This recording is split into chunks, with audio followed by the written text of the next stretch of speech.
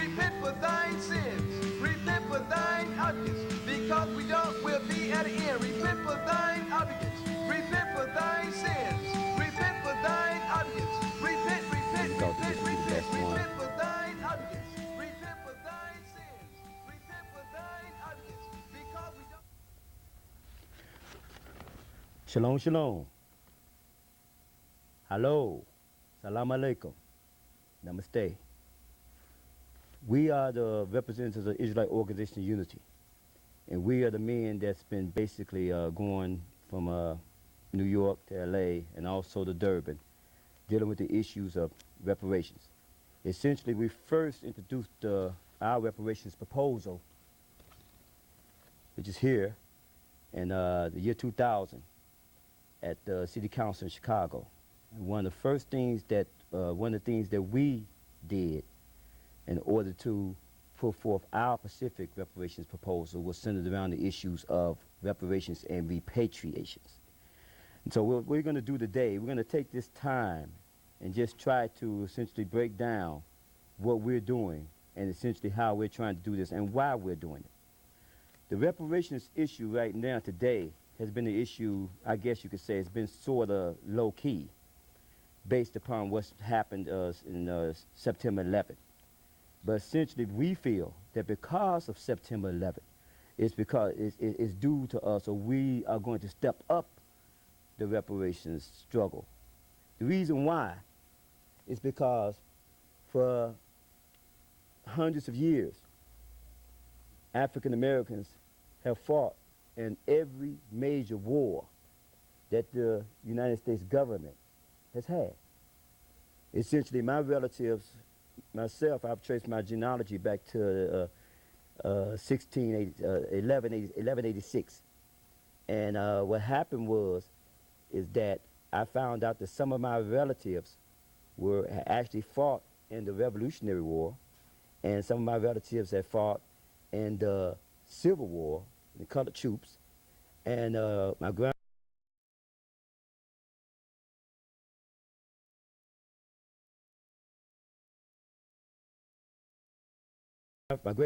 Essentially what's going on here, and also my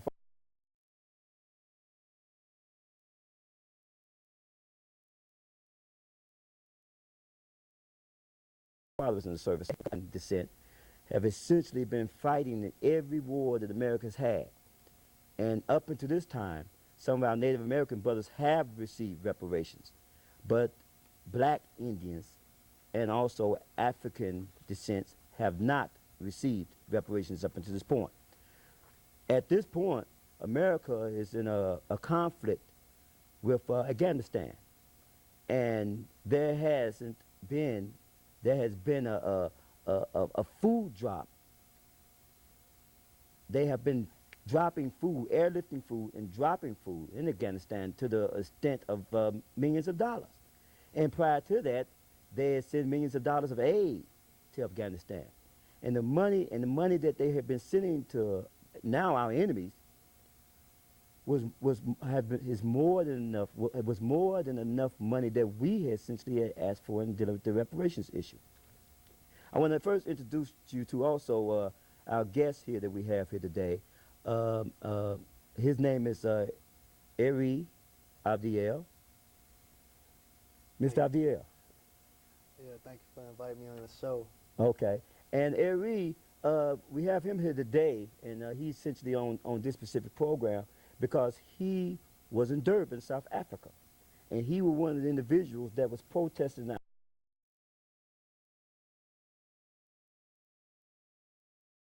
outside of Durban, dealing with the reparations struggle.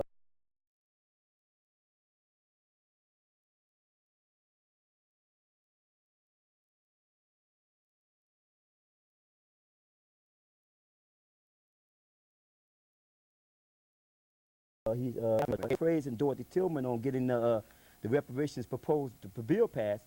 Dorothy Tillman had also pointed you out, asked you to stand up, and it indicated that the Israelite Organization of Unity, and she referred to you, was one of the primary people that that was helping her. Well, you know, in 2000, our organization had like 200 supporters that when they was passing the city council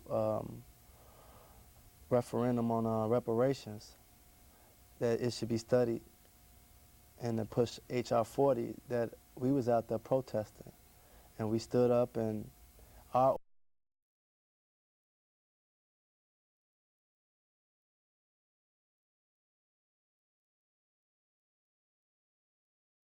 organization to the history of Chicago.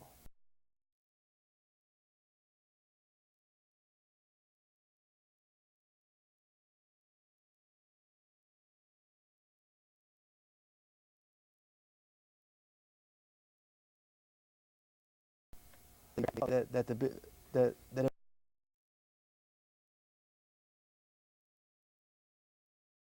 was passed. At your reparations proposal here,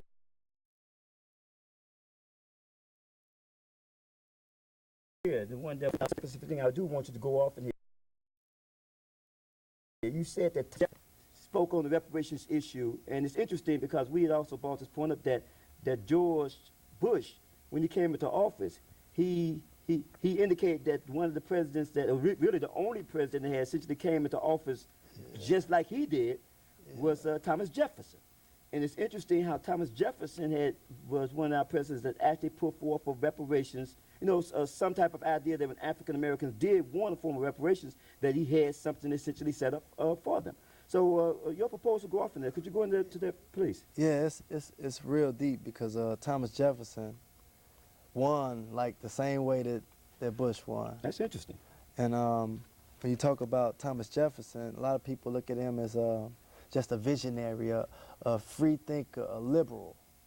But Thomas Jefferson, he said he had a solution, and that this solution should be considered anytime they talking about let black people get money or African Americans or any of the slaves. When it's time for them and they want to go, that this bill should be pushed forward. I want to read it if it's okay with you. Oh, beautiful, beautiful. I think the I think it should be read to a certain extent.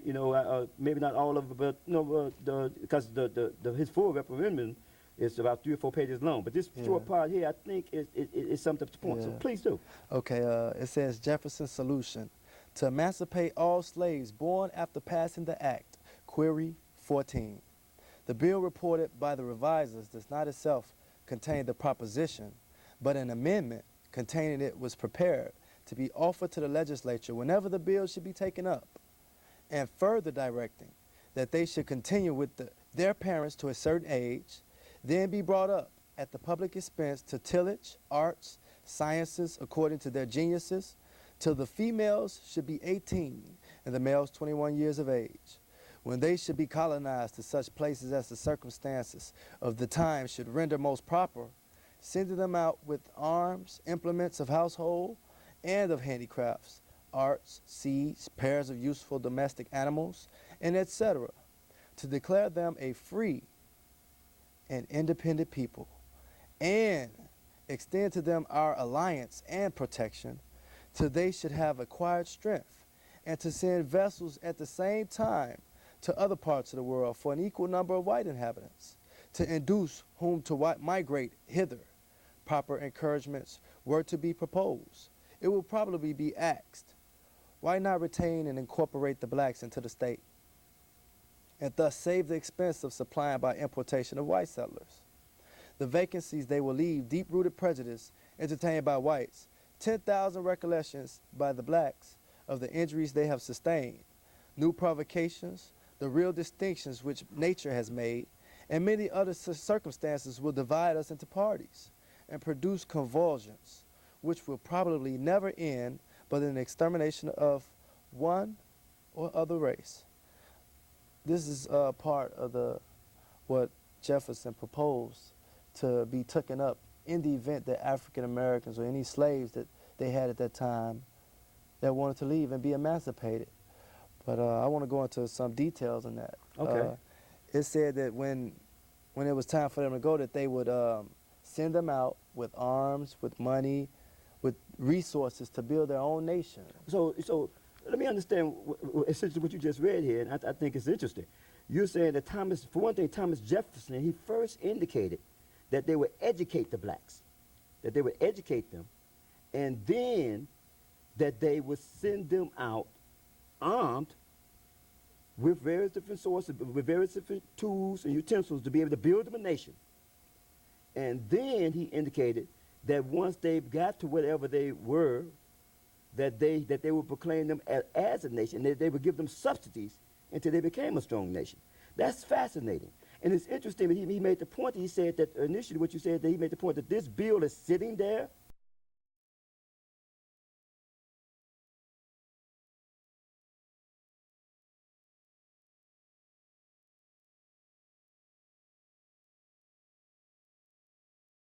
that And pick it up.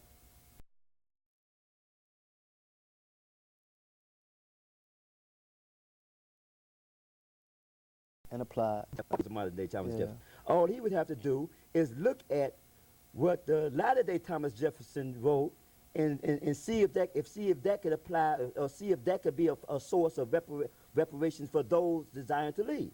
Yeah, because you got two types of people within the African American community.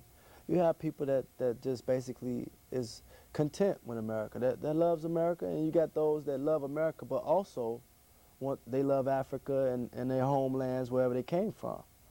So then that would, if you just look at it on one level, that would cause that would put a division in the people.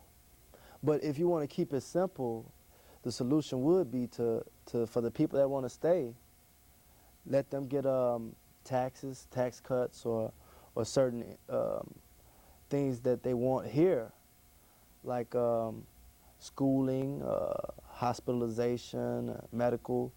But for the people that want to go, send them out with whatever monies they need to make it and grasp root and take root wherever they want to be at, and also have an allegiance with America, and not just leaving on bad terms, but leaving as if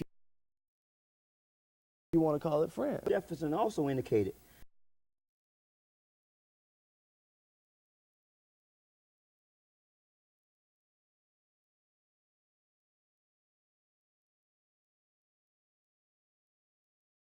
which is essentially incorporated in society. Yeah. So the fact is that since then, I guess his proposed bill seems to be almost prophetic, because he did indicate that there would be convulsions as time went on, that there would constantly be an issue where blacks would be accepted, but then they would be pushed back. Again, blacks would be accepted into mainstream society, as history showed, and then they would be pushed back. There would be a convulsion where it is that there, at some point in time everything would be all right, but then the race issues would come up again. And essentially, as we look at history, that is actually what's been happening.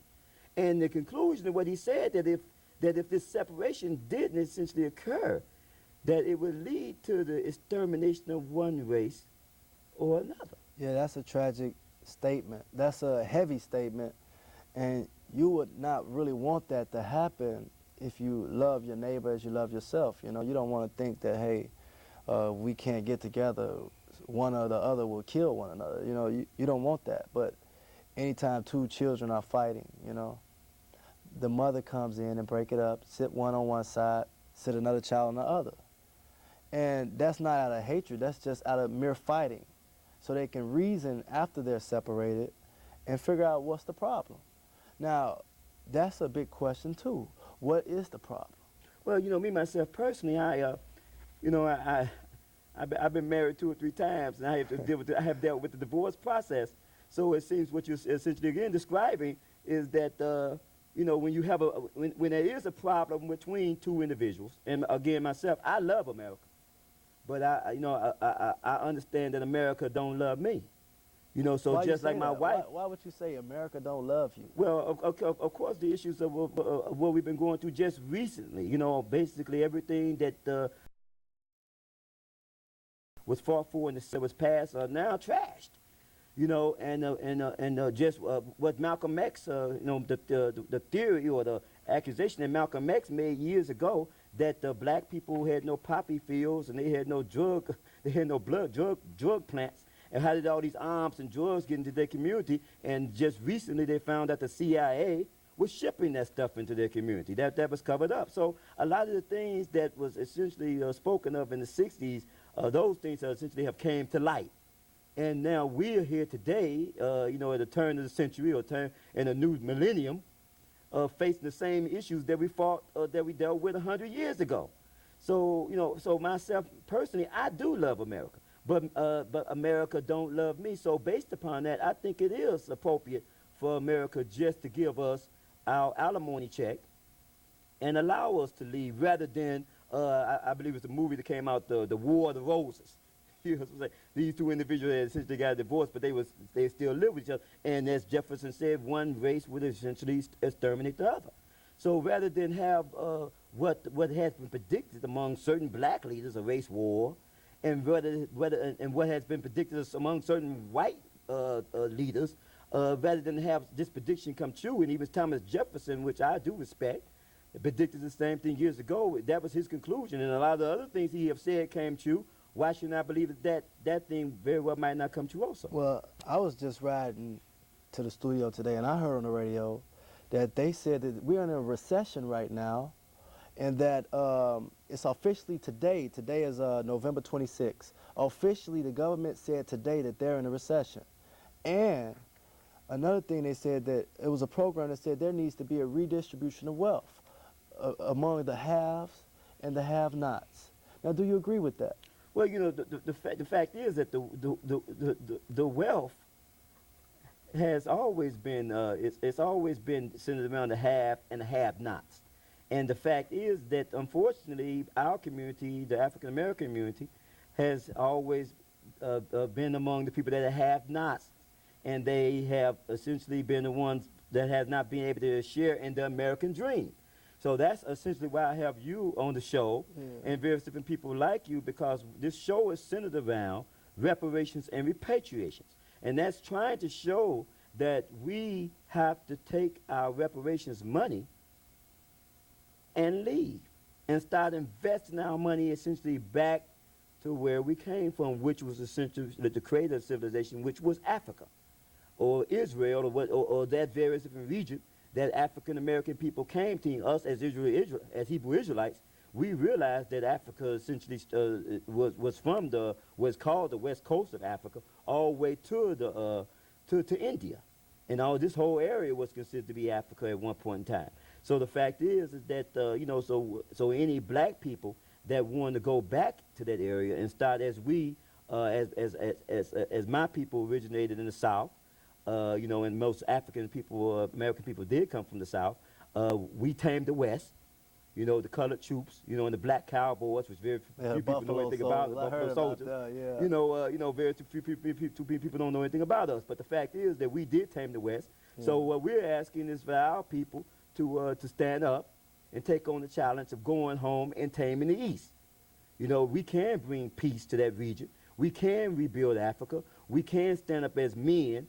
And because essentially every issue that pops up, for instance, Jesse Jackson, he was the Afghans. They sent him a letter inviting him over there, to talk to them, when the United States government said that they wouldn't talk to him at all.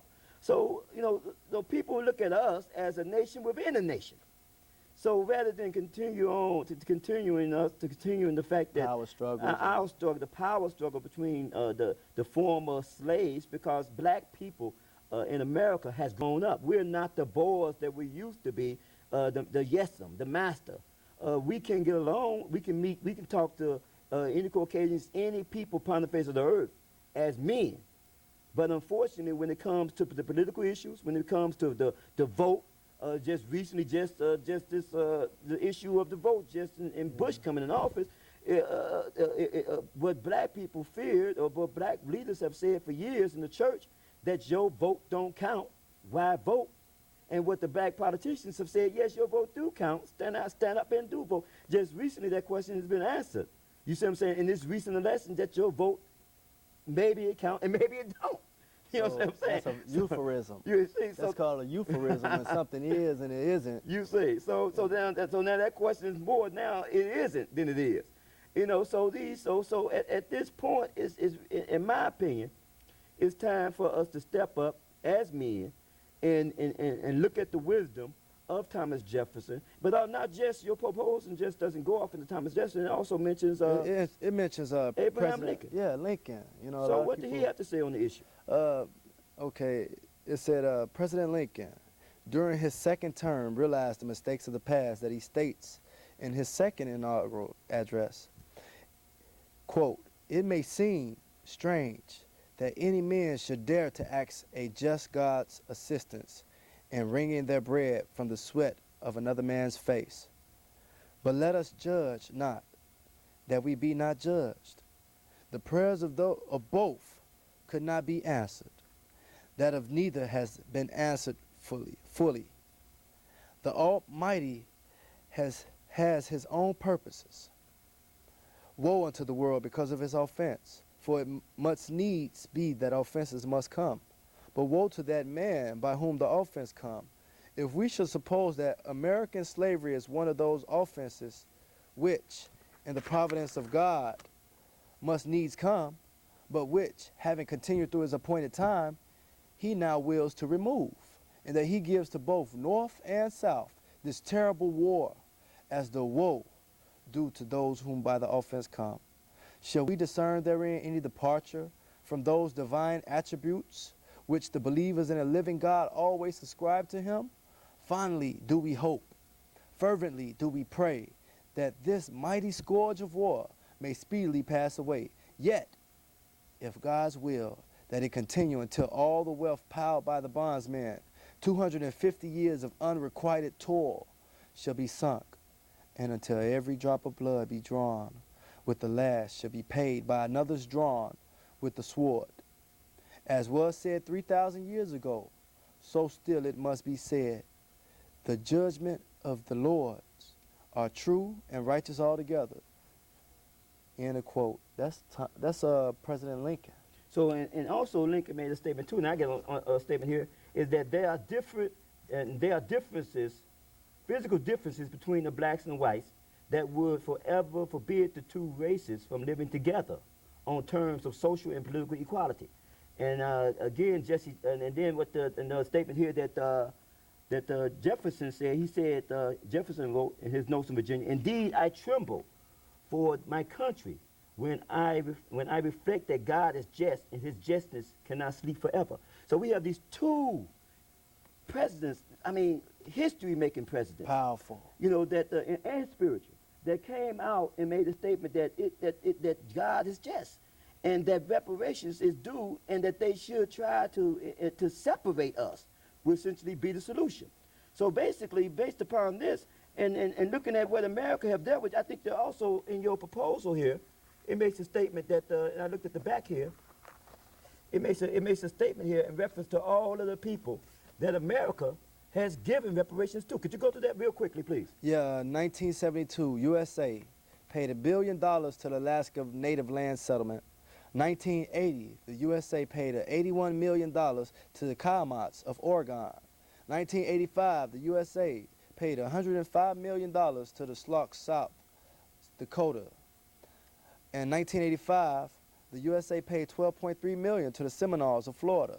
1985, the USA paid $31 million to the Chippewas of Wisconsin. 1986, the USA paid $32 million in the 1836 treaty to the Ottawas of Michigan. In 1990, the USA paid $1.2 billion, or $20,000 each, to the Japanese Americans. And today, the USA haven't paid the reparations to African Americans. So, I mean, that's extraordinary. When you consider that the United States has paid out over how much money would that appear to be? That's almost $1 trillion. Well, you got to realize, you know, and this is only 7 of what we know. And it was mentioned that even Great Britain asked for reparations from America for the slaves that America asked for reparations from Great Britain for the slaves that went on Great Britain's side to fight for Great Britain. And they got it. So the fact is that everyone, this is the issue that we're dealing with here today, is that everyone, exception of us, African Americans, are receiving some form of reparations. Even the Japanese, which were their enemies. We rebuilt Germany. We rebuilt Japan. But the fact is that African Americans and fought in every one of those wars. But African Americans cannot receive reparations. And the fact is, in Durban, South Africa, it was stated that the transatlantic slave trade was a crime against humanity. All the nations, that was the decision, and all of the nations of the world voted upon that, but America and Israel. And America has been paying everyone reparations, and Israel has received reparations from a number of different nations. So the fact is that how long shall we not receive reparations? And essentially all we're asking for is to let our people go with their reparations. That's all we're asking for, is to let our people go with their reparations. And right now you have this NAFTA, this North American Free Trade Agreement, and a lot of people is fearing that as the borders drop on economically, that you're going to have another workforce coming in from Mexico. And you have free trade agreements all across the world, but this one in America is affecting the common union delegate people that's in the union. They fear NAFTA, and it's already here. You know, and if we leave, it's going to be people working. So essentially, how many places have this proposal actually been? How many places have you touched bases with this proposal? Okay, the first one will be the Israelite Organization Unity Conference, and that's our organization. And the next one will be the National Reparations Convention. And the next will be Ian Cobra's Reparation Awareness Day in February of 2001 in Chicago. Also, the National Black United Front Reparations Conference on July 12th through 15th, 2001 in San Francisco. And at the Rainbow Push Coalition Reparations Conference on August 9th, 2001 in Chicago. And at the United Nations World Conference Against Racism. So in all those places, essentially this proposal touched. And basically everything we're saying to this day is we're crying it loud. Let us go. Let us go with our reparations. We love America. We love America. If you love us, America. Let us go with our reparations. That's all we want. That's all we're saying, is give us our reparations money and let us go. You gotta be clear, there's no animosity for any of the tragedies that was done to us. If you really want to fix the just wrong, the wrong of slavery, the making money, let us go. Thank you, my brother. Shalom, shalom. Salam alaikum. Namaste. And take it easy. Thank you for inviting me. Let us go with our reparations. Repent for thine outages. Repent for thine sins. Repent for thine outages. Because we'll be at the end. Repent for thine outages. Repent for thine sins. Repent for thine outages. Repent for thine outages. Repent for thine sins. Repent for thine outages. Because we'll be at the end. Repent for thine outages. Repent for thine sins. Because we'll be at the end. Just pick up a Bible and you'll know. Just read, and you'll grow. Start at Genesis and read all through, and you'll see the things you should do. Here's how you repent. If you didn't know, you confess you're a sinner, then you'll grow. But you have to be true in your heart. Fast and pray, so you'll start to feel closer to the Lord is true. You take one step, he'll take two. Repent for thine obligations. Repent for thine sins.